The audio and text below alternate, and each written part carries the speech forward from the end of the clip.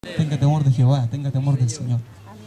Vamos a ir a la Escritura y al libro de Ezequiel, capítulo 18, versículo 31-32. Vamos a leer solamente Ezequiel hoy día.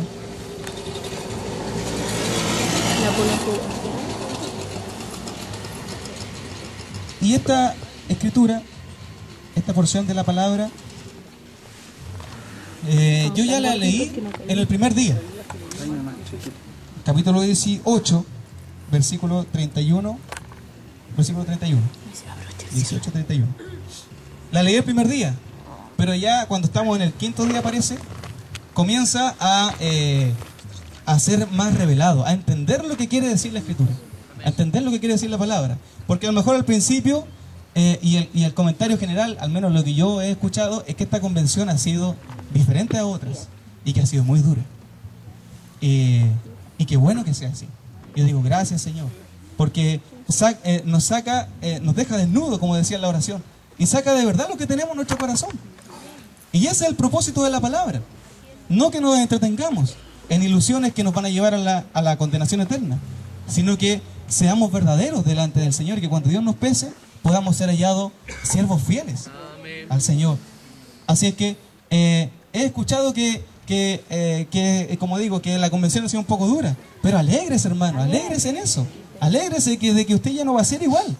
Alégrese de que no se ponga triste, por lo que a mí me han llegado muchos palos, a todos aquí, desde el más grande hasta el más pequeño. Pero tenemos que tener la capacidad en Dios de poder cambiar, de verdad. Porque no puede ser que sea, y vamos a leer en la Escritura, en alguna parte del mensaje, que lo que Dios necesita de nosotros es que seamos más que oidores, sino que también seamos hacedores de la palabra. Así que en el capítulo 18, capítulo 18 del libro de Ezequiel, versículo 31 dice: arrojad de vosotros todas las transgresiones que habéis cometido, y haceos un corazón nuevo y un espíritu nuevo. ¿Por qué habéis de morir, casa de Israel?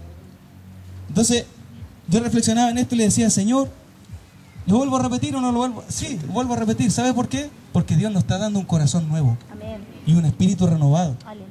Y eso es lo mejor que nos puede pasar. Que Dios nos dé un corazón nuevo significa y habla de la conversión necesaria que tenemos que tener.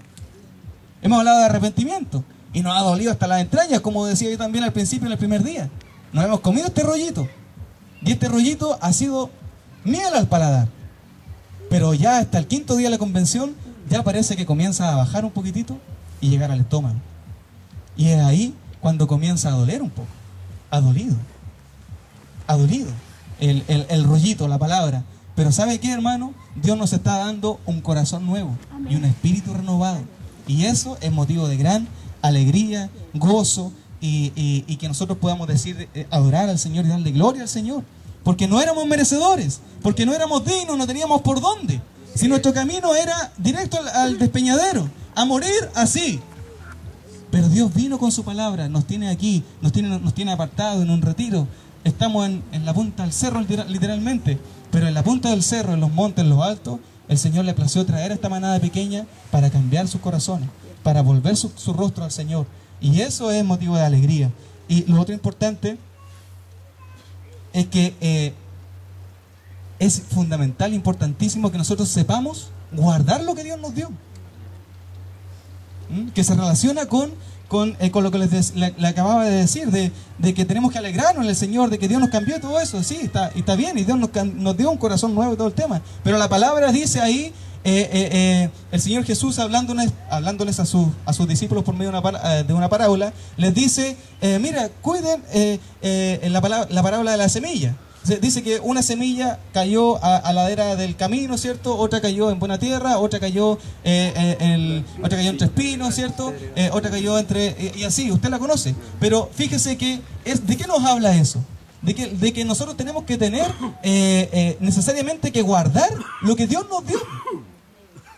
Porque dice en otra parte de la Escritura que hubo un hombre que encontró en un terreno un tesoro y que vendió todas sus cosas para poder comprar ese tesoro. Dice también en otra parte de la escritura que el joven rico se acercó al maestro y le dijo, maestro, mire, yo cumplo con toda la ley y con todos los mandamientos, ¿y qué puedo hacer? Pues yo quiero seguirte, yo quiero estar contigo. Y el Señor le dijo, vende todo lo que tienes y ven y sígueme. Pero esa es la diferencia del hombre que compró el terreno para poder adquirir ese tesoro que encontró ahí, con el joven rico, es que el joven rico no estuvo dispuesto a vender todo lo que tenía, a entregarlo a los pobres todo lo que tenía. Y este hombre sí estuvo dispuesto a comprar ese terreno. Lo que hemos adquirido aquí es una perla preciosa. Es más valioso que cualquier otra cosa que podamos nosotros tener en el mundo. Y por eso hay que mirarlo así.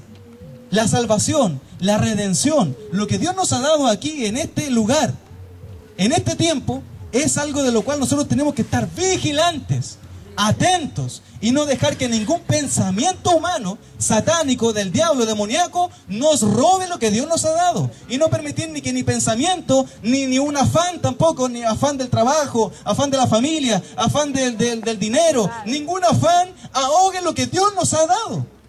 Usted tiene que orar, usted tiene que buscar al Señor, usted tiene que leer la Escritura, usted tiene que ser verdadero y vivir así como hemos estado aquí humillados. Yo he visto a la mayoría de ustedes humillados delante del altar del Señor, llorando nuestras miserias.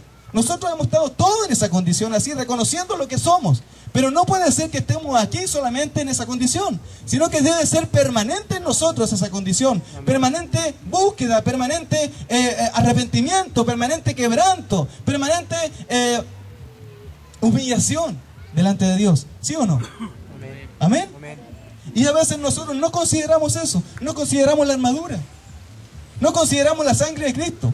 ¿Y qué es lo que sucede? El enemigo nos roba. El diablo nos roba. Dice la Escritura que él está como león rugiente buscando a quien devorar. Y a veces tenemos así como que no fuera real. Y después nos vemos metidos en los tremendos problemas, en los tremendos embrollos, y renegando contra el Señor. ¿Pero qué? Porque hemos sido negligentes y no hemos guardado ni cuidado lo que Dios nos ha dado. Guarde, atesore, cuide lo que Dios ha dado en su corazón. Que no se lo robe, porque el enemigo puede robarle incluso aquí mismo. Estando aquí con un comentario, con un cagüín, con una, no sé, con una cosita por aquí, por allá, con algo que dijo, que no dijo, que estoy pensando. El enemigo puede robarle aquí mismo. Cuide lo que Dios le dio. Cuide lo que el Señor, la palabra que el Señor le dio. Cuide su salvación. Cuide su redención. Cuide la palabra que el Señor entregó como un tesoro. ¿Amén? ¿Están despiertos, no? Amén. ¿Sí? Entonces, cuide lo que el Señor le dio. Amén. Amén. Tenemos que tratar de dejar las cosas de niño que hacíamos antes y poder, porque los niños no saben cuidar lo que tienen, pero nosotros ya no somos niños, nosotros somos personas espirituales que saben cuidar lo que Dios les dio, que entienden las cosas espirituales. Amén. Capítulo Ezequiel, capítulo 33, versículo 30 al 33. Ezequiel, capítulo 33, versículo 30 al 33. Ahora vamos a ir de lleno a lo que me tocó compartir a mí, que son los peligros de la iglesia. Y ya ayer la maestra Doris, y durante esta convención también, se ha estado hablando de lo que dice en relación con el simonismo, ¿cierto? Que no es nada más que vender la iglesia. Al principio de esta convención yo les hablaba de las transnacionales, ¿cierto? De cómo las industrias, las empresas se establecen en las naciones y hacen comercio, y esas transnacionales ahora están gobernando el mundo, porque los gobiernos se doblegan ante las riquezas, ante el dinero, y los gobiernos parece ser que no tienen ninguna autoridad en los países. Parece que la soberanía nacional ya está quedando, es parte del pasado.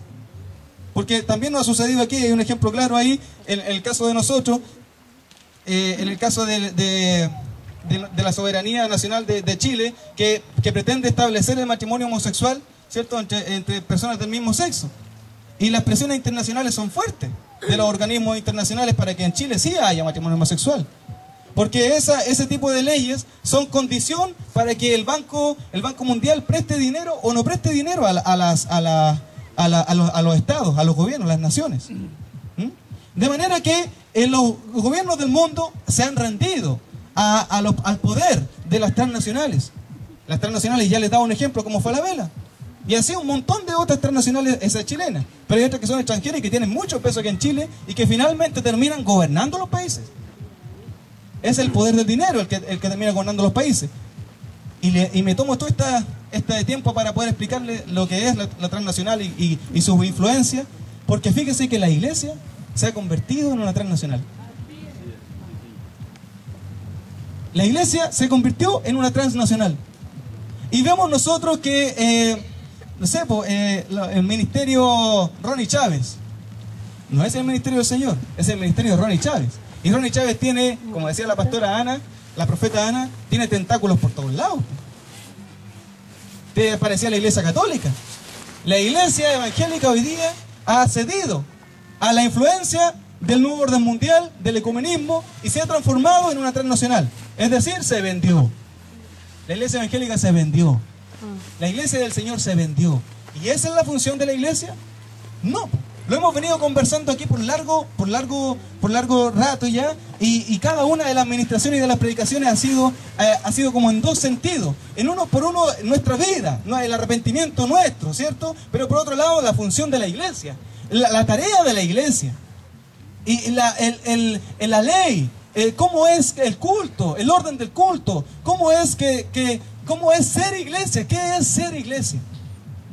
Y yo diría que este tema yo lo quiero abordar más que por el lado del simonismo, por la responsabilidad de la iglesia, el deber de la iglesia, y del peligro que significa no asumir la responsabilidad que como iglesia tenemos. Es un peligro que nos puede llevar también al infierno, porque nosotros somos la iglesia. Usted, yo, cada uno de nosotros constituimos la iglesia del Señor. Por lo tanto tenemos una responsabilidad. Dios nos perdona, pero para algo. Dios sacó a libertad al pueblo de Egipto, al pueblo de Israel, desde Egipto. ¿Para qué? Dice la Escritura que para que adoraran a Dios. Así dice la Escritura. Yo te liberté, voy a libertar a mi pueblo y te liberté para mi adoración. Pero ese pueblo no lo adoró. Y ya decía el pastor Luis que no todos, sino que Dios siempre se guarda un remanente. Y que Dios nos ha venido hablando que nosotros tenemos que ser ese remanente espiritual que Dios tiene para este tiempo. Pero para eso debemos asumir ciertas responsabilidades. ¿Y cuál es una de esas responsabilidades? Es que somos una iglesia profética. Ya ayer el apóstol Luis, nos conversaba y nos compartía de nuestra responsabilidad, de la tarea profética. Y que Dios, por medio de personas sinceras, levanta profetas en medio de su iglesia, levanta hijos de Dios comprometidos y levanta profetas. La iglesia tiene una función y un rol profético. No podemos dejar de denunciar lo que la Escritura y la palabra dice, lo que Dios dice para nuestro territorio, para nuestra nación. Tenemos un rol profético que cumplir. No podemos eludirlo. No podemos sacarle el cuerpo a ese rol profético. Es un rol fundamental, importantísimo, que lo vamos a ver acá y vamos a leer. Para eso ya les pedí que buscaran el capítulo 33. Y dice así la palabra del Señor: pero en cuanto a ti, hijo de hombre, los hijos de tu pueblo hablan de ti junto a los muros, y en las entradas de las casas hablan el uno al otro, cada cual a su hermano, diciendo: venid ahora y oíd cuál es la palabra que viene del Señor. Y vienen a ti como viene el pueblo, y se sientan delante de ti como pueblo mío. Oyen tus palabras y no las hacen, sino que siguen los deseos sensuales expresados por su boca. Y sus corazones andan tras sus ganancias. Y he aquí, tú eres para ellos como canción de amor de uno que tiene una voz hermosa y toca bien un instrumento. Oyen tus palabras, pero no las ponen en práctica. Hemos estado aquí, hemos adorado al Señor, y la palabra del Señor es dulce a nuestro paladar. Ha sido como una canción de amor tocada por un buen instrumentista. Y hemos sido convocados, como todas las convenciones, a escuchar palabra del Señor. Y usted está aquí, y la motivación de su corazón, usted vino, dejó todo lo que tenía que dejar para escuchar palabra del Señor, ¿o no?